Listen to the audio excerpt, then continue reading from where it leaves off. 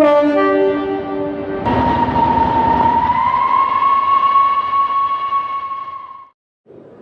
they're scared of spending more money, right? There was 32% said we don't have a budget. I love this when it comes up on Facebook, right? I love it. Because I say, can I come and work here? And they go, what? I say, so that we can put good stuff at the moment. And they go like, oh. I was like, for steak, lobster, halibut. Can't put that on the menu. Why not? It's too expensive, but it's no budget. So there is a budget, it's just that no one knows what it is. Or no one's being told what it is. Yeah? And then someone added this question, this in, and then a few people commented on it and said, this one here. They have a budget, but they don't know how to use it properly. Okay? And again, this all comes down to planning, and we're going to look at that again in another day in a minute. So, when we're looking at a budget, and I look at a budget, and I'm saying, right, so I've got, let's say £4 per person per day. Or let's say it's a 20-bed care home, or let's go for a 10-bed care home, makes my maths easier, right? And it's £4 per person per day, and it's 10 beds, so that's £40 per day. But it's not, is it? It's £40 times 7, which is 728, so that's £280. But it's not, because then it's £280 times 4. For the monthly budget, and then it's that times 12, because that's what we've got to spend in a year. I set up a course during lockdown called Catering Management for Care Managers, because I went, this is where the problem is, because the managers don't know how to run a kitchen, and therefore they don't understand what's going on, and they're getting cheated. Or they're asking for things that are unreasonable, that people can't deliver on with what's being said, right? Because one care home I was in doing an audit, they brought me in because they said the kitchen's overspending. Then you come and do an audit, find out where it's all going. So I went in and did an audit, went back to them, and I went, you owe the kitchen £4,000. No, we brought you in because they've overspent. No, we've done stock take. And you actually owe the kitchen £4,000 because you've got stuff that you buy that lasts for months. If you think of things like mixed herbs or salt, you buy it in, right? You spend 21 quid on it, but that now goes down like that. You don't use it in a woman. And this is why I always say to care homes, do stock takes. Do a monthly stock take as a minimum, right? Look at what you've got, do a stock take, then you know what you've got left, right? If we do you know how to do stock takes in the kitchen? Just get everything, work it out, right? Everything that you buy in on a spreadsheet, print it off, and then write down how much is left of it, right? Then you can work out from the pricing how much is left in the kitchen on the shelves, right? Because you might be going, well, they've overspent this week, but they haven't, because it's in the freezer or it's in the dry store or the fridge.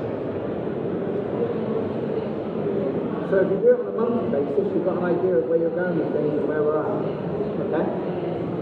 Does that make sense to everyone? Right? If you need some help, give me a shout afterwards and we can have a chat about how to sort of look at your stock taking, okay? Because people go to people, we don't need to do a stock take, we're not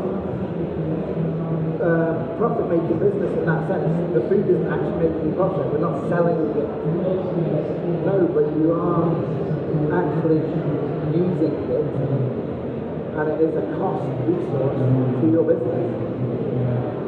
So your chefs, cooks, whoever, need to know how much money they have got to spend.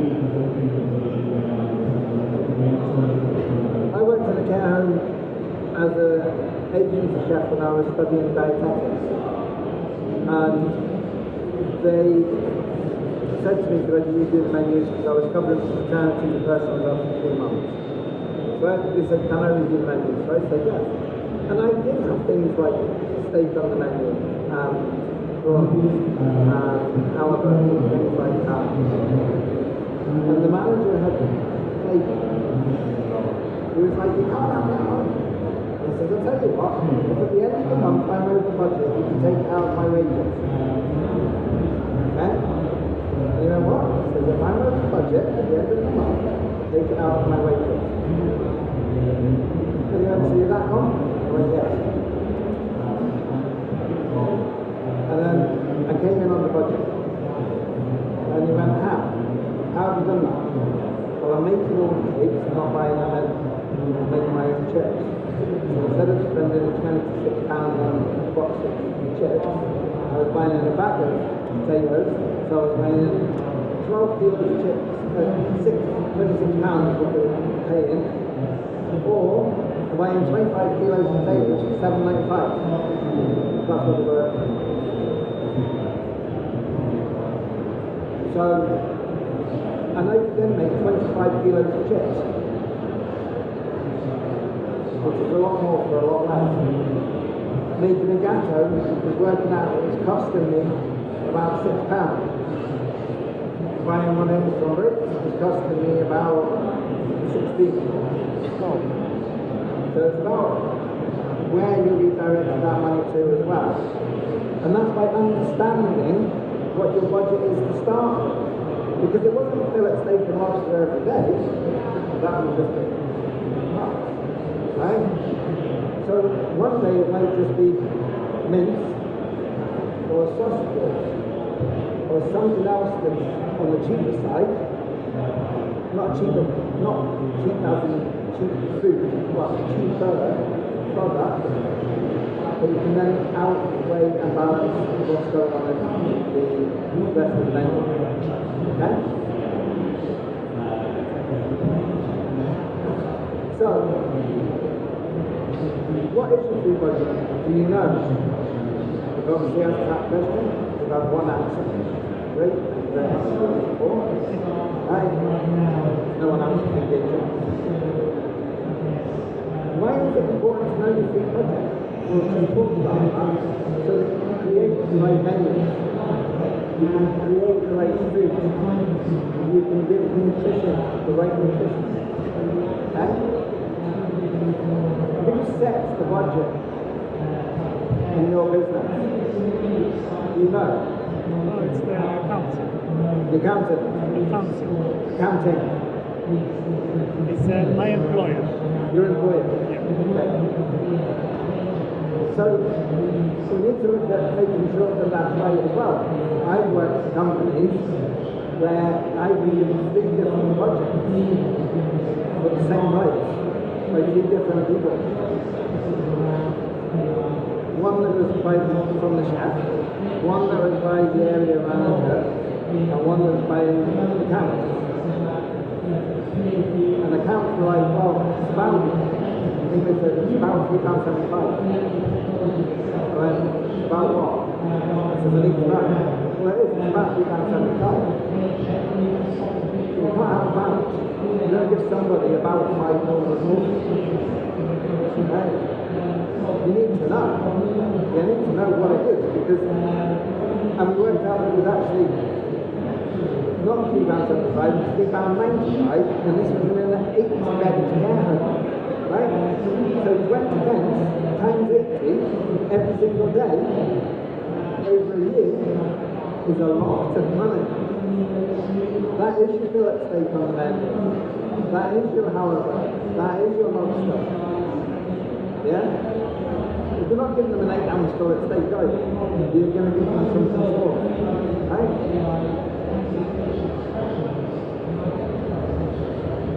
So, really important that we know the budget. kind of menu. And this is the bit that gets interesting. Who sits down with one of them and writes a menu? Yeah? Is it easy or hard? It's not hard. To make sure that you're not doubling up on stuff. So we don't want chicken in here and chicken in here and then chicken over here. We don't want beef over here and then beef in here. We go with their choices. Okay. So that's the starting point. Okay? This is hard. I find this hard. Right? And I've been writing menus for years. I will never sit down with a wiki piece of paper like this and start going, right, let's put that in there and we'll have that there. And I go, oh, I can't have that there, let's put that there. And I can't do that there now because that's there. Right? I'm going to show you how I do it in a second. Right? And where do we start? Where do you think I start a 4-week menu? If I'm creating a 4-week menu cycle for somebody, what day do I start on? Sunday. Why Sunday? Why do you think I start on Sunday?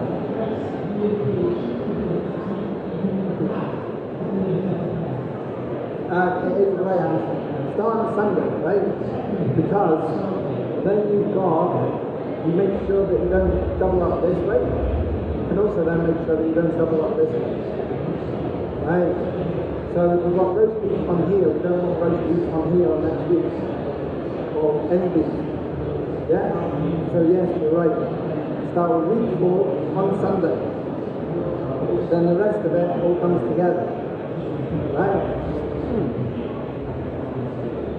Because otherwise you sit like that. Tearing your hair out going, what am I going to put onto these menus? What am I going to do? How am I going to do this? And then everyone gets stressed out. So first of all, what we need to do is, we want to be calm, and we want to have peace. Because everyone wants calm and peace, don't they? Right?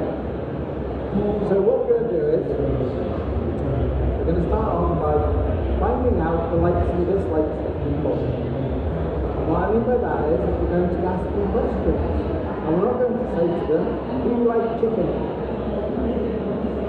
Do you like beef? Do you like pork? Do you like fish? We don't do that. We say, do you like chicken? Yes, no, or sometimes. If they say yes, we go yes. If they say no, that's it. No. If they say sometimes, we go, what do you mean?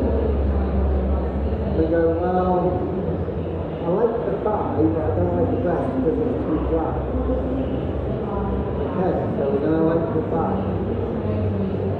Is there anything else around chicken you don't like? Or do you like?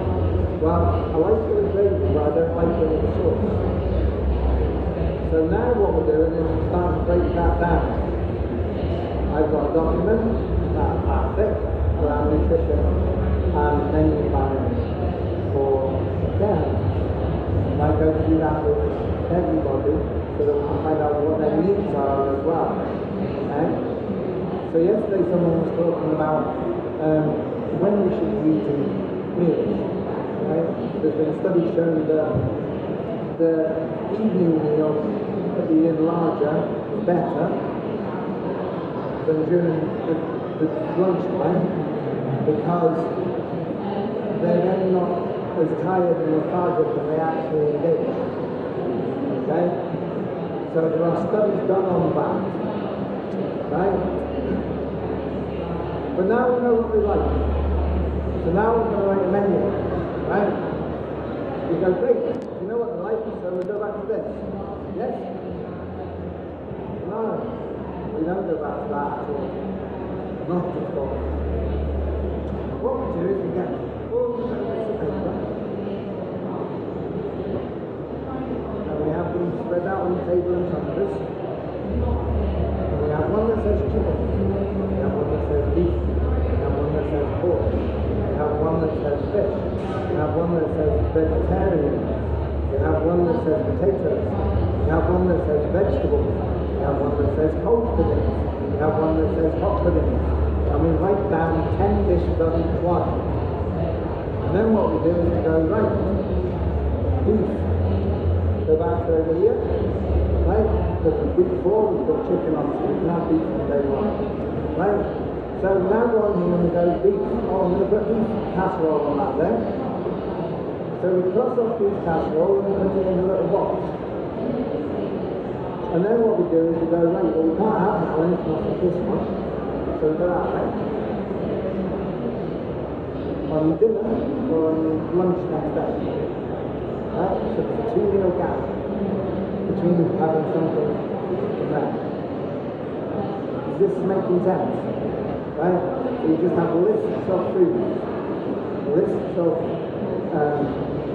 not recipes, like choices that you're going to get into them. So we're going to do that, and then what we're going to do is go through that, and we're going to fill it all in. But there is something else that we're going to do first. Because Friday, what's Friday? What day's Friday? Fish Friday. Fish, oh yeah. Right? So we do Fish Friday. So we know that Fish Friday, we're going to have a lunch or dinner. We put on fish chips. Right? Every menu I ever made, Friday, my easiest day, I know exactly what's happening. Right? Fish chips and beans. Tomato soup, got it. Right? Every Friday morning. I know what I'm doing then, and I can spend the rest of the time planning for the weekend and into next week. Right? But then I leave gaps in the menu as well. Why do I leave gaps in the menu? I usually do it on a Wednesday evening. Go on, you're going to say something? Why do I leave a gap on a Wednesday evening? Anybody? Take out. Take out. Take out could be. Anything else? Choice. Choice? Choices, yeah. Okay. What choice are we looking for? Sort of sets of different Right. meals. Anyone else? You two just sitting there like I'm not saying a word. He keeps looking at me, but I'm not going to say anything. Look, okay. Spontaneous meal? Possibly. Leftovers? Could be. It's not what I'm going for. This is where we try out new recipes for next menu cycle. Oh. Right? Alright. So now we've got a space where we can go, oh, I wonder if they like that. Let's put them on, see if they like it. And we can use that then, and we write the list.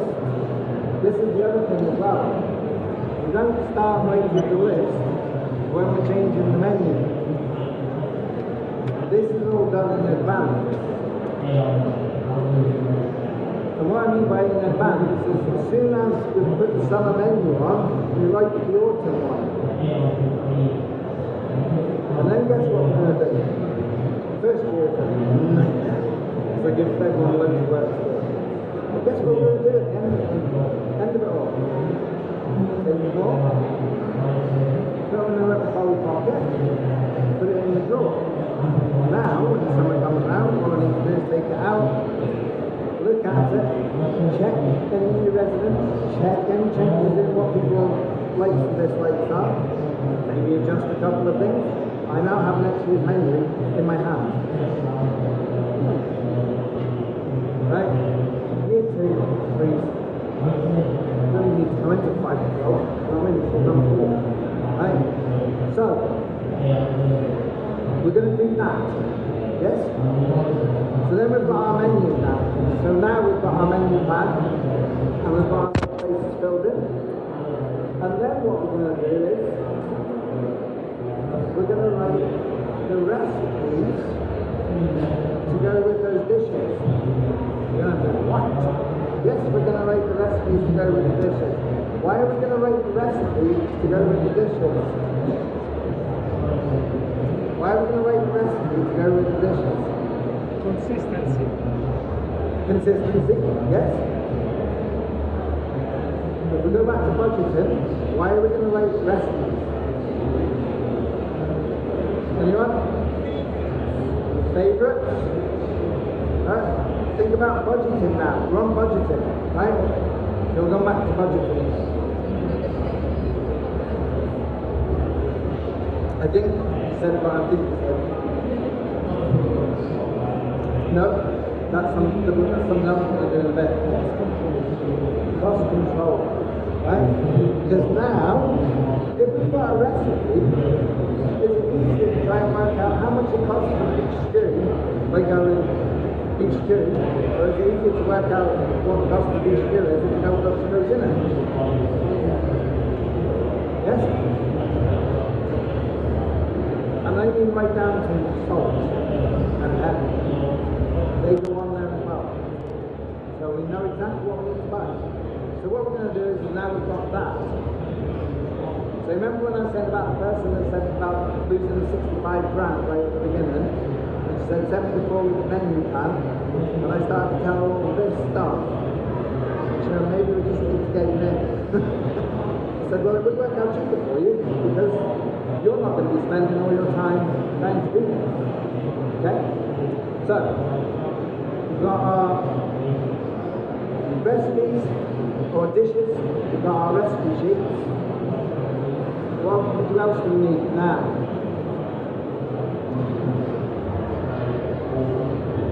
You said that before. The waste. We need to look at the waste, right? Care homes waste so much food, right? So much food goes in the bin. And now you have to pay to get that food lifted. Okay? I think it is in the England now, if I remember rightly. It's been up in Scotland for years. And when I did an audit on one place just after they come in and worked out that they were throwing an 82-litre bin in 3 days, I went, oh, this needs to stop. Right? And we worked out from what the wastage was over a month, how much do you think they were throwing away in chicken and potatoes? There was an 89-bedded care home. Chicken and potatoes alone, 2 dishes, 2 things. How much do you think went in the bin? In a year? Anyone? Anyone can have a guess? £3,000. £3,000 anymore, 3,000, 3,000. I said 6,000. 7,000, 7,000, 7,000, 7,000, any higher, any higher, any higher? Give me a number. 8,000, 10,000, we're getting closer. Oh. £12,000 exactly. £12,000 gone. Right? 12 grand done. So, what we need to make sure is that we are monitoring where our wastage is going. Because we can buy in less. If Mabel's only having half a portion, do we need to buy in a full portion? No. Okay? So, menu planning, do all that stuff. Budgeting, find out how much you've got to spend. Implement it.